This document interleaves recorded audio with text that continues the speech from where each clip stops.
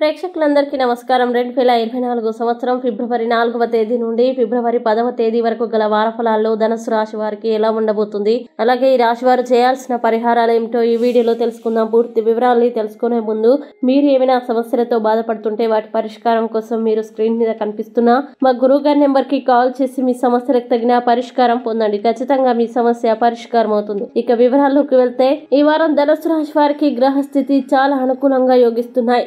గత 3 వారాల కన్నా ఈ వారం బాగా ఉండబోతుంది. ముఖ్యంగా ఆర్థిక పరంగా స్టేబుల్ గా ఉంటుంది. ఇప్పటి వారికి నాకుంటూ సాగిస్తున్న జీవితం ఈ వారం అద్భుతంతో చాలా స్పీడ్ గా ముందుగా సాగుతుంది. ప్రశాంతమైన మానసిక స్థితి ఉంటుంది. ఉద్యోగ పరంగా ఫలితాలు చాలా అనుకూలంగా ఉండబోతున్నాయి. పని వేళల్లో మార్పు, జీతం పెరిగే అవకాశం ఉంది. విద్యార్థులకు ఈ వారం చాలా అనుకూలంగా ఉంటుంది. పూర్తి స్థాయిలో ఏకాగ్రత పెట్టి చదువుతారు. సన్నిహితుల సహాయ సహకారాలు అందుతాయి. సాహసోపేతమైన నిర్ణయాల్ని తీసుకుంటారు. మాట పట్టింపులకి అవకాశం ఉంది. తల్లిదండ్రులతో కలిసి మంచి ఆనందకరమైన జీవితాన్ని పొందుతారు. జీవిత భాగస్వామి మరియు మీ మధ్య ఉన్న అపార్థాలు అన్ని దూరం అవుతాయి. మీ మాటకి విలువ పెరుగుతుంది. అయితే ఉన్నది ఉన్నట్టుగా మాట్లాడడం వల్ల చాలా మంది దూరం అవుతారు. అనారోగ్య సమస్యల నుండి బయటపడతారు. రుణ బాధలు తగ్గుతాయి. కోపం తగ్గుతుంది. అలాగే వ్యాపార లాభానికి ఈ వారం చాలా బాగా ఉంటుంది. స్త్రీలకి ఈ వారం మానసికంగా చాలా బాగా ఉంటుంది.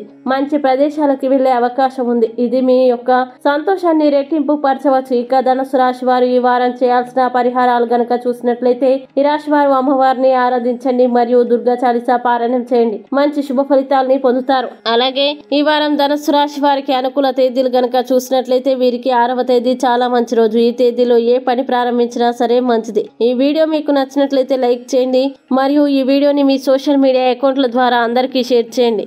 ఇక మీరు ఏదైనా సమస్యలతో బాధపడుతున్నట్లయితే ఒక్కసారి గురువు గారి నెంబర్ కి కాల్ చేసి మీ సమస్యలకు తగిన పరిష్కారం పొందండి. ఖచ్చితంగా మీ సమస్య పరిష్కారం అవుతుంది.